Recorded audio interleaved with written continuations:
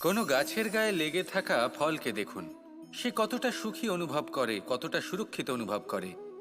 তার যে খাবারের প্রয়োজন পড়ে তা সে গাছের শিকড় থেকে পেয়ে যায়।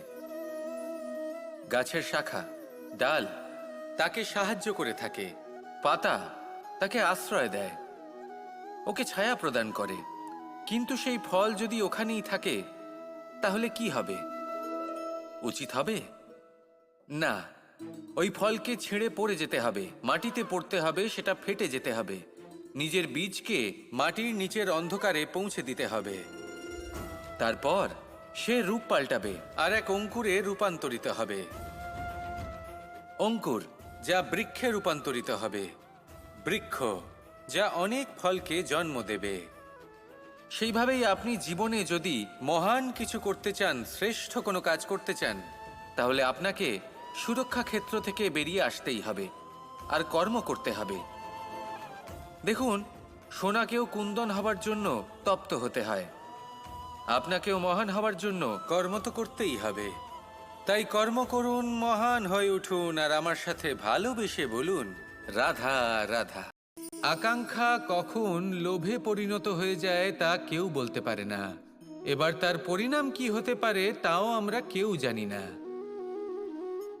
আজ আমি আপনাকে বলছি, কোনো ব্যক্তি সব থেকে বেশি ক্ষতির সম্মুখীন তখনই হয় যখন সে এটা মনে করে যে সে সব থেকে বেশি সুরক্ষিত স্থানে রয়েছে। সে ভাবে যে সে সেখানে সুরক্ষিত রয়েছে। সে তখন অসাবধান হয়ে পড়ে, আর তখনই তাকে জীবনের সব থেকে বড় ক্ষতির সম্মুখীন হতে হয়। নিঃস্ব হয়ে যাওয়ার পরিস্থিতি কোনো মানুষের জীবনে তখনই আসে যখন তার কাছে প্রচুর সম্পত্তি থাকে এবং সে তার থেকেও অনেক বেশি সম্পত্তি অর্জন করতে চায়।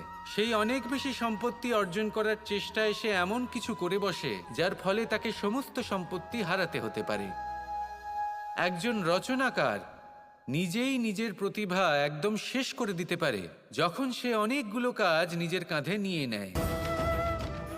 একটা গুরুত্বপূর্ণ কথা সবসময় মনে রাখবেন, আজ আপনি যেখানেই থাকুন না কেন, যেমনই যে কোনো স্থানেই থাকুন না কেন, এর পেছনে আপনার আকাঙ্ক্ষার একটা বিশাল ভূমিকা রয়েছে।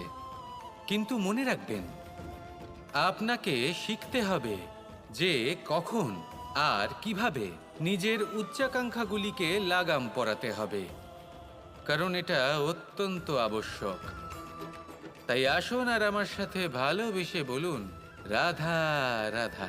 সংসারের বিভিন্ন ক্ষেত্রে আপনি অনেক কিছুই দেখতে পাবেন, যে কোনো খেলা, কোনো নাটক দেখতে পাবেন, কেউ কোনো খেলা খেলছে তা দেখতে পাবেন, আর দর্শকগণ এই দেখে অত্যন্ত আনন্দ লাভ করেন, হাততালি দিতে থাকেন, প্রশংসা করতে থাকেন, নিজের অন্তরের উৎসাহ প্রকাশ করতে থাকেন। কি দেখে করেন?